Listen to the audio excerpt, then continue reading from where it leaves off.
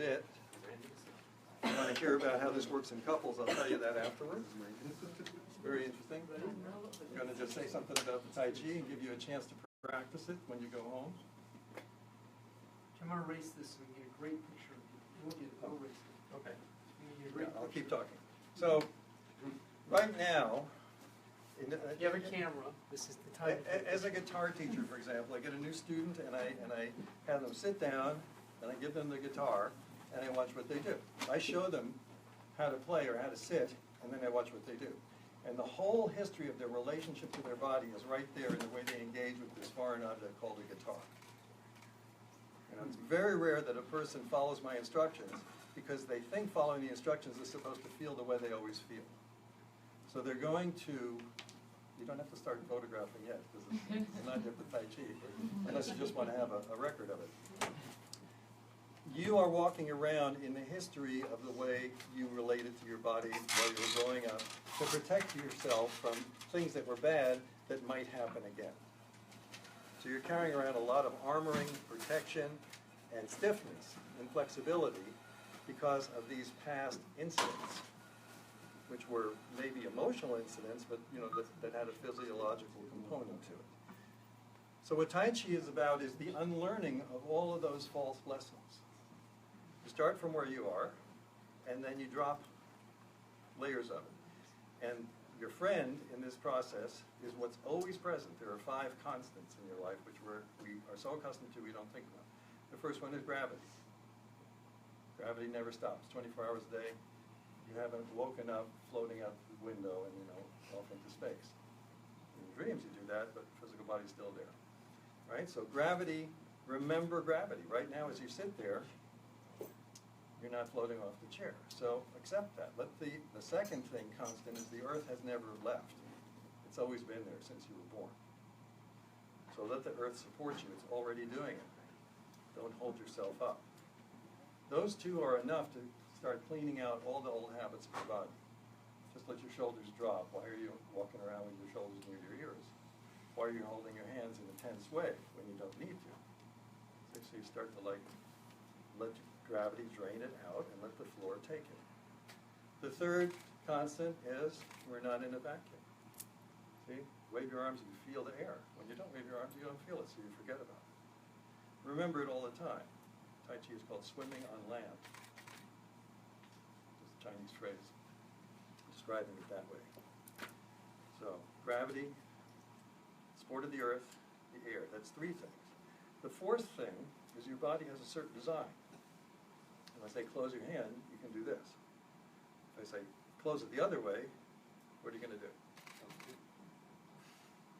You can't close it the other way, whatever that means. You can't close it this way so that your fingers fold back to the other side. It's designed like this. So in life, rather than try to close your hand backwards, turn your hand around and use it the way it's designed. So you're going to analyze, self-analysis, all your movements from now on.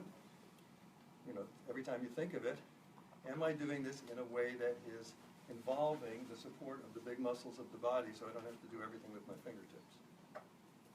See, if I'm going to pick something up, I can reach like this and lift it. That's the hard way, or get closer to it and have more strength. Right? And the last thing is the tricky one, is that nothing is standing still. The entire universe is in motion while we think we're sitting here and the building isn't going anywhere. We forget that.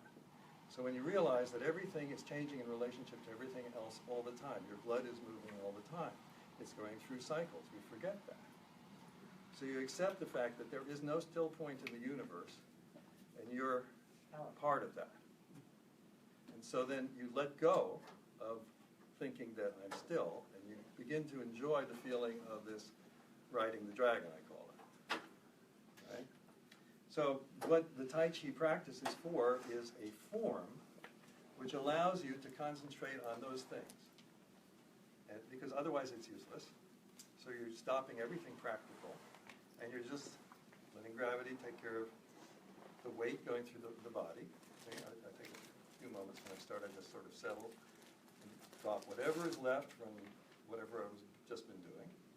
Balance my head on my spine, let the spine hang straight down into the ground. Let the pelvis carry the whole torso. Let it go through my legs to the floor. Relax my feet. Let the floor support me. All right? then the movement is taking me through some martial arts changes, but I'm not thinking martial arts. I'm thinking of simply staying centered and totally relaxed. This is it.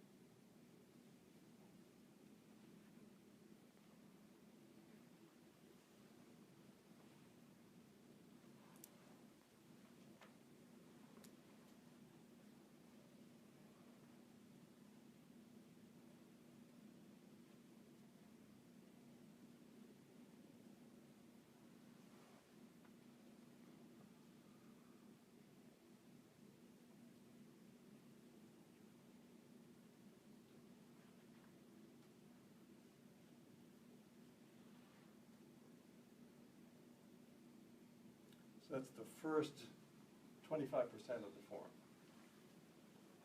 It's just one motion, but it's not different. I do it the same way every time, and I practice within a form, because if you don't have a form to measure against, you'll never find your blind spot. Everybody has a blind spot. You're not aware of it. So if you didn't try this, you wouldn't recognize the blind spot. This allows you to, the Eastern way of getting free is not to just express yourself spontaneously, because you're under old limits. What you do is they give you a shape, a bowl, let's say, and they say your job is to fit into the bowl so that there's no space between you and the surface of the bowl. To do that, you have to become totally flexible in all aspects, in all directions. So I've been doing this since 1966. I'm getting better at it.